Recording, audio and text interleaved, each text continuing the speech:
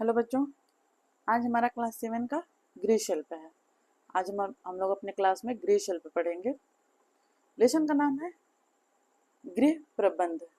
11 lesson पढ़ेंगे गृह प्रबंध। तो आइए हम अपना पढ़ना स्टार्ट करते हैं। प्रायः हमारे घरों में खटमल, मच्छर, जूं और दीमक जैसे कीट पाए जाते हैं जो हमें प्रत्यक्ष या अप्रत्यक्ष रूप से हानि पहुंचाते हैं। अच्छे गृह प्रबंध के लिए हमें इन हानिकारक कीट से बचाव तथा घरेलू खर्चों के हिसाब किताब रखने के उपयोग के बारे में जानना चाहिए। नीचे है हानिकारक कीटाणु। मैं इस कमरे में नहीं सो सकता, यहाँ बहुत मच्छर हैं। मैं उसके पास नहीं बैठ सकती, उसके सिर में जूं हैं। मैं इस बिस्तर पर नहीं सो सकता, इसमें बहुत खटमल हैं। मैं यहाँ बैठकर नहीं खा सकती, यहाँ बहुत मक्खियाँ हैं। ऐसी बातें अगर अक्सर सुनते होंगे आपके बारे में या आपके घर के बारे में कोई ऐसी बात कहे तो आपको कैसा लगेगा? आपको क्या ऐसी बातें किसी को भी अच्छी नहीं लगेगी, क्योंकि खटमल, मच्छर, जूं और मक्खियाँ शरीर को नुकसान पहुंचाने वाली जीव हैं। कितना ही सुंदर घर को कितनी ही साज सज्जा हो, लेकिन मच्छर और मक्खियां भिनभिनाती रहें तो यह उस घर में कोई भी रहना नहीं पसंद करेगा। कितना ही नरम और मुलायम बिस्तर हो, यदि खटमलों ने वहां अपना निवास बना लिया है तो उस बिस्तर पर कोई भी सोना पसंद नहीं करेगा। इसी तरह आपके सिर में जुएं हो और आप हमेशा अपना सिर खुजाती रहें तो आपके पास कोई बैठना पसंद नहीं करेगा। इसी तरह का एक जीव दीमक भी है। खटमल, मच्छर और जूं हमारे स्वास्थ्य को नुकसान पहुंचाते हैं, जबकि दीमक हमारे घर की वस्तुओं को क्षति पहुंचाता है। यह हमारे कपड़ों, अनाज, फर्नीचर और कॉपी किताबों को धीरे धीरे चाट जाता है। अच्छे गृह प्रबंध के लिए इन हानिकारक कीटों को नष्ट करने के उपाय सोचने होंगे, नहीं तो ये कीट हमारे घर के प्रबंध को थोड़े ही समय में बिगाड़ देंगे। अब है खटमल। यह गाढ़े लाल रंग का एवं चपटे आकार का कीड़ा है। इसके 6 पैर और 2 सूंड होती है। इन्हीं सूंडों से यह हमारे शरीर का खून चूसता है। अपनी चपटी आकृति के कारण यह दिन के उजाले में चारपाई, मेज, कुर्सी, पलंग आदि अलमारी के दरारों में छुपा रहता है। रात में अंधेरा होने पर यह निकलता है और मनुष्य को काटता है। इसके काटने से त्वचा लाल रंग की हो जाती है। कटे हुए स्थान पर दाने निकल आते हैं, सूजन हो जाती है तथा चकत्ते भी पड़ जाते हैं। इनकी वृद्धि बहुत तेजी से होती है। बचाव के उपाय। घर में धूप पहुंचने की उचित व्यवस्था होनी चाहिए। दीवारों में पड़ी दरारों को बंद कर देना चाहिए। ऐसे फर्नीचर जिसमें खटमल पड़े हों उनके दरारों में किरोसिन तेल डालने से खटमल मर जाते हैं। चारपाई, कुर्सी, मेज, पलंग व गद्दे, रजाई को समय समय पर धूप दिखाते रहना चाहिए। खटमल मारने वाली दवाओं का प्रयोग करना चाहिए। अब है मच्छर। मच्छर हमारे लिए बहुत ही हानिकारक कीट हैं। इसके काटने से फाइलेरिया और मलेरिया जैसे घातक बीमारियां हो जाती हैं। यह मक्खी के आकार से थोड़ा छोटा और उड़ने वाला कीट है। कूड़े कचरे और जल भराव के स्थलों पर ये बहुतायत में पाए जाते हैं। अंधेरे स्थानों पर मच्छर अधिक संख्या में रहते हैं। शाम के समय इनका प्रकोप अधिक होता है। ये हमारी कोमल त्वचा से रक्त चूसते हैं, जिससे कई बीमारियों का खतरा हो जाता है। मच्छरों की 3 मुख्य प्रजातियां होती हैं। पहला है क्यूलेक्स, दूसरा है एनोफिलीज, तीसरा है एडीज एजिप्टी, क्लूलेक्स से फाइलेरिया, मादा इनोफिलीज से मलेरिया रोग और एडीज इजिप्ट मच्छर के काटने से डेंगू रोग होता है। बचाव के उपाय: खिड़की दरवाजों पर महीन जाली का प्रयोग करना चाहिए। घर के आसपास पानी का भराव ना होने दें। सोते समय मच्छरदानी का प्रयोग करना चाहिए। समय समय पर घर में मच्छरनाशक दवाओं का छिड़काव करना चाहिए। मच्छरों से बचाव के लिए कई दवाएं बाजार में उपलब्ध हैं, इनका भी प्रयोग सुविधा अनुसार करना चाहिए।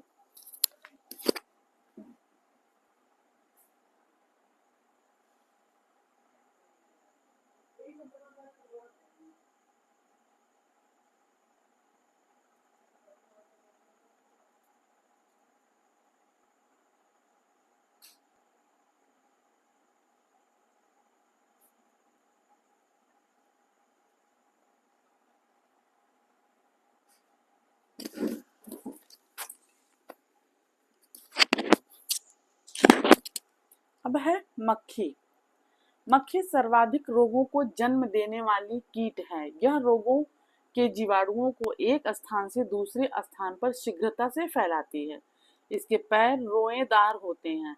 यह गंदे स्थानों पर बैठती है, जिससे कई रोग को फैलाने वाले कीटाणु इसके पैर में चिपक जाते हैं। पुनः यही जब हमारे खाद्य पदार्थों पर बैठती हैं तो उसके पैरों में चिपके कीटाणु खाने की सामग्री पर चिपक जाते हैं। खाने की यही दूषित सामग्री हमारे अंदर अनेक रोगों को जन्म देती है।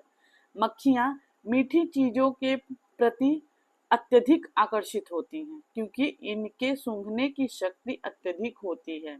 गर्मी व बरसात के दिनों में इनकी संख्या अधिक दिखाई पड़ती हैं। अब इनसे बचने के उपाय: खाने की सामग्री और पीने के पानी को सदैव ढककर रखना चाहिए। घर में दैनिक उपयोग से निकलने वाले कूड़े कचरे को सदैव ढक्कनदार कूड़ेदान में डालना चाहिए। घर के आसपास मल, गोबर व गंदा पानी एकत्र नहीं होने देना चाहिए। घर के फर्श को फिनाइल मिश्रित पानी से पोंछते धोते रहना चाहिए। साफ सफाई का विशेष ध्यान रखना चाहिए। अब है जूं। जूं सिर के बालों में रहने वाला कीट है। यह कत्थई रंग की होती है। यह बालों के जड़ के साथ चिपकी होती है, जो सिर के त्वचा से चिपककर खून चूसती है। इसके कारण हमारे शरीर में खुजली होती है, जो बाद में अनेक रोगों का कारण बनती है। जूं का प्रारंभिक रूप लीख होती है, जो विकसित होकर जूं का रूप धारण कर लेती है। बचाव के उपाय: बालों को सदैव साफ रखना चाहिए। सप्ताह में से कम 2 बार सिर को साबुन या शैम्पू से अवश्य धोना चाहिए। जुएं निकालने के लिए महीन दांत वाली कंघी का प्रयोग करना चाहिए। जुओं को नष्ट करने की दवाएं भी बाजार में उपलब्ध हैं। सिर में जुएं पड़ने पर इनका प्रयोग करना चाहिए। दीमक प्रायः दीवारों, दरवाजों और खिड़कियों, सीलन युक्त घरों की नींव व दीवारों में रहता है। यह कागज और लकड़ी के सामानों को खाकर अंदर से खोखला बना देता है। इसका रंग मटमैला कलर होता है। अब दीमक से बचने के उपाय: घर में धूप आने की अच्छी व्यवस्था होनी चाहिए। दीमक लगी दीवारों को मिट्टी के तेल से पोंछकर कीटनाशक दवाओं का प्रयोग करना चाहिए। अलमारी के अंदर यदि दीमक लगे हो तो वहां कीटनाशक पाउडर का छिड़काव करना चाहिए। कीटाणुनाशकों और कृमिनाशकों का प्रयोग: हानिकारक कीटाणुओं से बचाव के लिए हमें समय समय पर कीटाणुनाशकों का प्रयोग करते रहना चाहिए। प्रकृति में उपलब्ध ऐसी कई चीजें हैं जिनका प्रयोग कीटाणुओं को नष्ट करने के लिए किया जा सकता है। इसके अलावा कुछ रासायनिक पदार्थ भी हैं जिनका प्रयोग करने से कीटाणु नष्ट हो जाते हैं। अब है हिसाब किताब। आपके घर के खर्चों का हिसाब कौन रखता है? मम्मी पापा या कोई और, क्या आपके लिए कोई डायरी क्या आप इसके लिए कोई डायरी बनाई गई है या मौखिक ही हिसाब रखा जाता है? घर गृहस्थी के सफल संचालन के लिए घर का हिसाब किताब रखना बहुत ही आवश्यक है। घरेलू खर्चों का हिसाब रखकर जहां एक ओर हम अपने आय व्यय में संतुलन रखते हैं, वहीं दूसरी ओर आवश्यकता अनुसार दैनिक उपयोगी वस्तुओं की व्यवस्था भी समय से कर पाते हैं। घरेलू खर्चों का हिसाब कार्य के रूप के अनुसार अलग अलग रखा जाता है। पहला है खेती बाड़ी का हिसाब, दूसरा है शिक्षा का हिसाब और तीसरा है रसोई का हिसाब। चौथा है वस्त्रों की धुलाई का हिसाब। अब है आप बताएं। वस्त्रों की धुलाई का हिसाब। रोज रोज पहनने वाले कपड़ों को हम लोग प्रायः अपने हाथ से ही धोते हैं। ओढ़ने बिछाने के लिए कपड़े इतने बड़े तथा भारी होते हैं कि उनकी धुलाई घर में उपयुक्त ढंग से नहीं हो पाती। प्रायः सभी घरों में ऐसे कपड़े धुलाई के लिए दुकानों में दिए जाते हैं। कुछ घरों में दैनिक पहनने के वस्त्रों को भी बाहर धुलाया जाता है। गंदे कपड़ों की समयानुसार धुलाई एवं उनकी वापसी सही ढंग से हो सके, इसीलिए धुलाई को दिए जाने वाले वस्त्रों का हिसाब रखना आवश्यक होता है। इन वस्त्रों का हिसाब तालिका बनाकर रखते हैं। नीचे एक तालिका दी जा रही है। इसके अनुसार आप अपने घर की धुलाई के वस्त्र का हिसाब तैयार करें। अब है ध्यान देने योग्य बातें। कोई भी कपड़ा धोने के लिए देने से पूर्व उसकी जेबों को अच्छी तरह से जांच लेना चाहिए। फटे हुए वस्त्रों को धुलाई हेतु देने से पूर्व मरम्मत कर लेना चाहिए। वापसी के समय एक एक वस्त्र का मिलान तालिका से करते हुए सूची में निशान लगा लेना चाहिए। जो वस्त्र समय पर ना मिले उनकी अलग सूची बनाकर रखना चाहिए। धुलने वाले को दिए गए पैसों का हिसाब तारीखवार रखना चाहिए तथा माह के अंत में उनका पूरा हिसाब चुकता कर देना चाहिए। अब है बाजार का हिसाब। आपके घर में रोज रोज उपयोग की वस्तुएं बाजार से खरीद कर आती होंगी। कुछ लोग तो अनाज अपने खेतों में पैदा कर लेते हैं, लेकिन बाकी चीजों जैसे तेल, मसाले, साबुन, सब्जियां की खरीदारी करनी ही पड़ती है।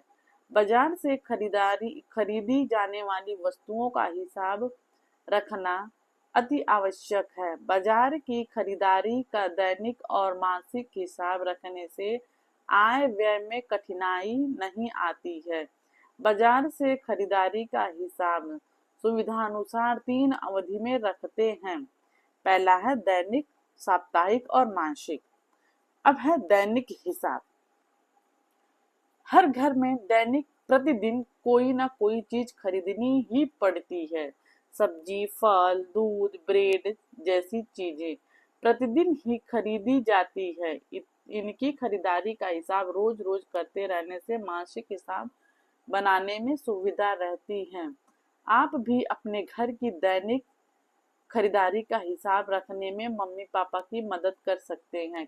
कैसे करेंगे हम बताते हैं। यहाँ दैनिक खर्च के हिसाब की एक तालिका दी जा रही है। इसी के आधार पर आप अपने घर के दैनिक खर्च का हिसाब बनाएं।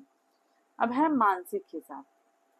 दैनिक उपयोग की कुछ वस्तुओं की खरीदारी हम लोग प्रायः सप्ताह या महीने में एक बार कर लेते हैं, जैसे अनाज, दालें, तेल आदि। महीने भर के उपयोग की वस्तुओं की खरीदारी एक बार कर लेने से हमें कई तरह के फायदे होते हैं। बार बार आने जाने का श्रम तो बचता ही है। अधिक मात्रा में खरीदारी करने से फुटकर रेट से कम मूल्य पर हमें वस्तु भी मिल जाती है। इस खरीदारी का हिसाब हम नीचे दिए गए तालिका के अनुसार बना सकते हैं। अब है मासिक खरीदारी करने से पूर्व हमें अपने घर के खर्च का पूर्वानुमान भी होना चाहिए। यह तभी संभव है जब हम हर महीने हम अपने घर का अनुमानित बजट स्वयं तैयार करेंगे। बजट बना लेने से खर्चों का अनुपात नियंत्रित रहता है और अपव्यय से बचा जा सकता है। किसी भी घर का मासिक बजट उस घर ही की महीने भर की आय पर निर्भर होता है। हमें अपने घर के आय के अनुसार ही खर्च करना चाहिए। आय से अधिक खर्च होने पर घर का प्रबंध निश्चित ही कुछ दिनों में बिगड़ जाएगा। अच्छे गृह प्रबंध के लिए आय व्यय में संतुलन बहुत ही आवश्यक है। घर का मासिक बजट बनाने के लिए घर के सभी सदस्यों को एक साथ बैठकर बात करना जरूरी है। सभी की आवश्यकताओं के अनुसार ही घर का बजट बनाया जाना चाहिए। मासिक बजट बनाने हेतु एक नमूना यहाँ दिया जा रहा है। इसी के आधार पर आप भी अपने घर का बजट बनाएं।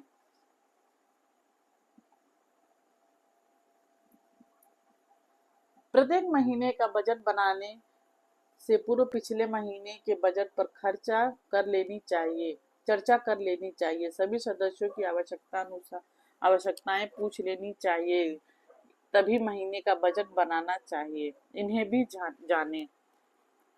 नीम की पत्तियों को सुखाकर जलाने से मच्छर भाग जाते हैं। चारपाई, पलंग आदि को चिलचिलाती धूप में 3-4 घंटे रखने से खटमल मर जाते हैं। सूखे चूने का छिड़काव करने से मक्खियां मर जाती हैं। दीवारों की पुताई के समय चूने में तूतिया का घोल मिलाकर पुताई करने से मक्खियां नहीं बैठती हैं। नारियल के तेल में कपूर मिलाकर लगाने से जुएं मर जाते हैं। नीम की पत्तियों को पानी में उबालकर उस पानी से सिर धोने से जुएं मर जाते हैं। नीम की पत्तियों को सुखाकर अनाज के साथ रखने से अनाज में कीड़े नहीं पड़ते। यहाँ चैप्टर हमारा समाप्त हुआ। नीचे है क्वेश्चन आंसर। इसको हम लोग नेक्स्ट दिन लिखेंगे, नेक्स्ट क्लास में। अगर वीडियो पसंद आए तो चैनल को सब्सक्राइब करिए, लाइक करिए और कमेंट करिए और शेयर करिए। तब तक के लिए हम अपना क्लास यहीं पे बंद करते हैं। नेक्स्ट दिन फिर मिलेंगे हम लोग इसका क्वेश्चन आंसर। धन्यवाद।